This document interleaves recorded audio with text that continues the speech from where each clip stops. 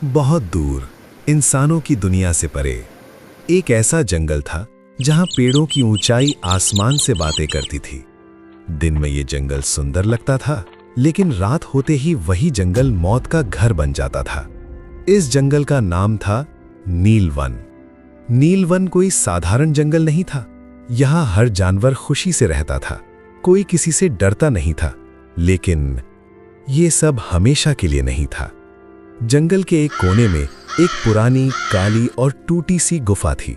दिन में वो गुफा बस एक पत्थर का ढेर लगती थी, लेकिन रात में वो गुफा जैसी जिंदा हो जाती थी। एक शाम एक जवान हिरण पानी पीने नदी की ओर जा रहा था।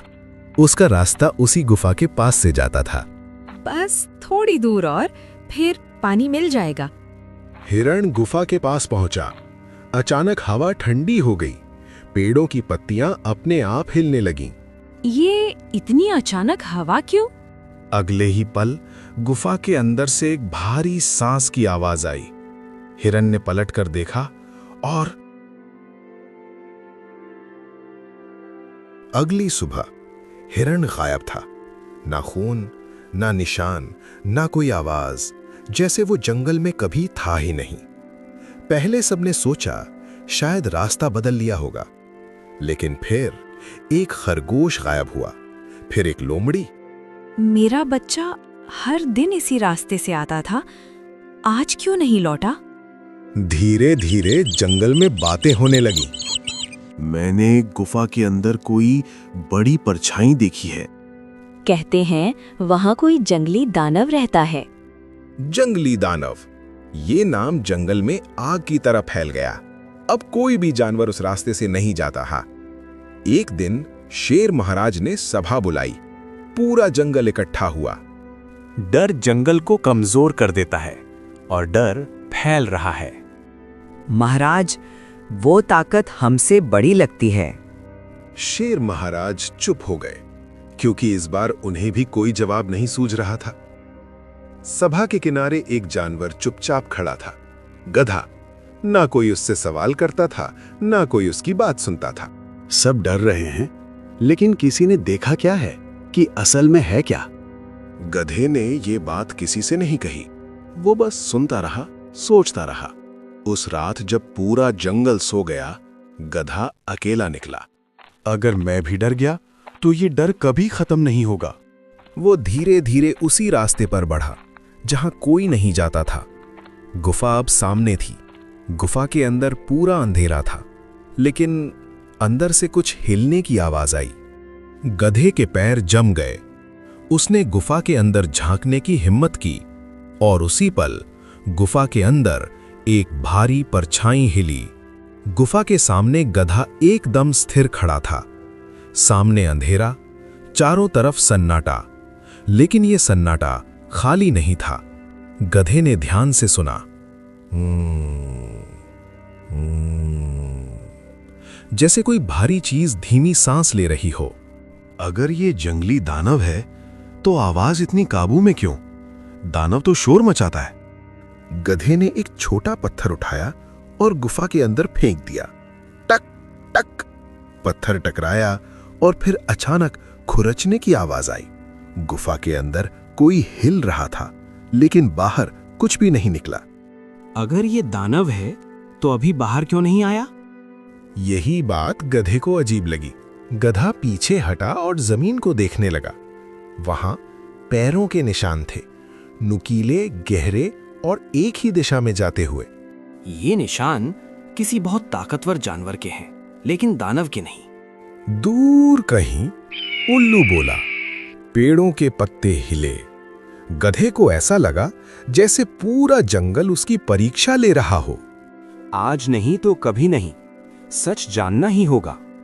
अचानक गुफा से एक तेज आवाज आई, घर। गधा एक झटके में पीछे कूदा। अब आया, लेकिन कुछ भी नहीं निकला। सिर्फ अंधेरा और वही सांसों की आवाज। अब गधे को यकीन होने लगा, ये डर दिखाता है, हमला कम करता है। शायद ये चाहता है कि कोई पास ही ना आए। गधा वहां ज्यादा देर नहीं रुका। वो चुपचाप वापस लौटा, लेकिन उसके दिमाग में अब डर से ज्यादा सवाल थे। अगली सुबह पूरा जंगल फिर जमा था। एक और जानवर रात में गायब हो गया था। अब तो दिन में भी डर लगने लगा है। जंगली दानव अब और ताकतवर हो गया है। सब डर रहे थे, लेकिन गधा चुप था। आज क्या हुआ गधे? तुम्हारी भी आवाज बंद है। अभी बोलने का समय नहीं आया। उसकी ये बात किसी को समझ नहीं आई, लेकिन उस रात गधा फिर निकला। इस बार वो अकेला नहीं था। उसने जंगल के रास्ते में कुछ सूखे पत्ते और कांटों की लाइन बिछा दी। अगर ये दानव है तो उड़कर आएगा, अगर जानवर है तो निशान छोड़ेगा। गुफा के अंदर आज सांसें तेज थीं। कुछ बाहर आने वाला था। अचानक गुफा के मुंह पर एक लंबी परछाई दिखाई दी। उसने एक कदम बाहर रखा। गुफा के मुंह पर जो परछाई दिखाई दी थी वो अब पूरी तरह बाहर आ रही थी।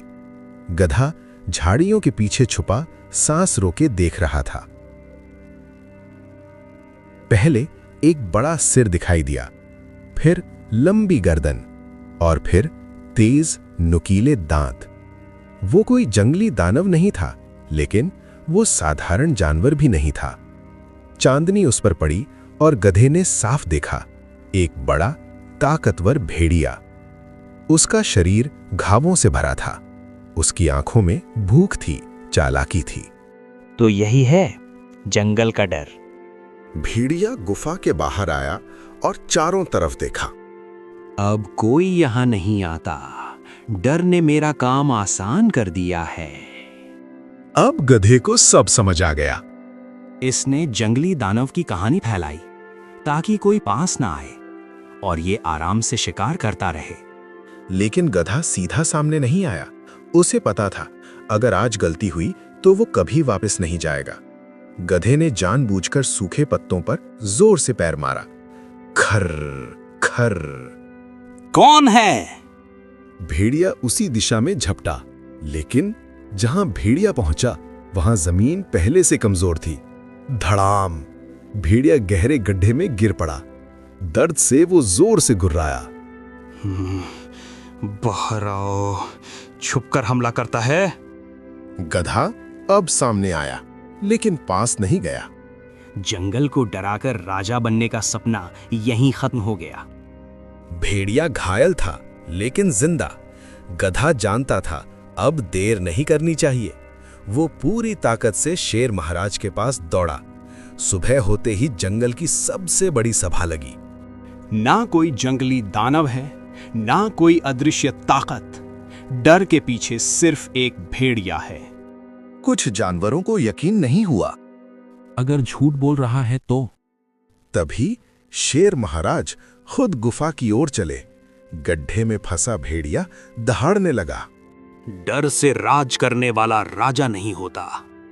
शेर महाराज ने भेड़िए को जंगल से बाहर भगा दिया। घायल भेड़िया कभी वापस नहीं आया। धीरे धीरे डर खत्म हो गया। रास्ते फिर खुल गए। हंसी लौट आई।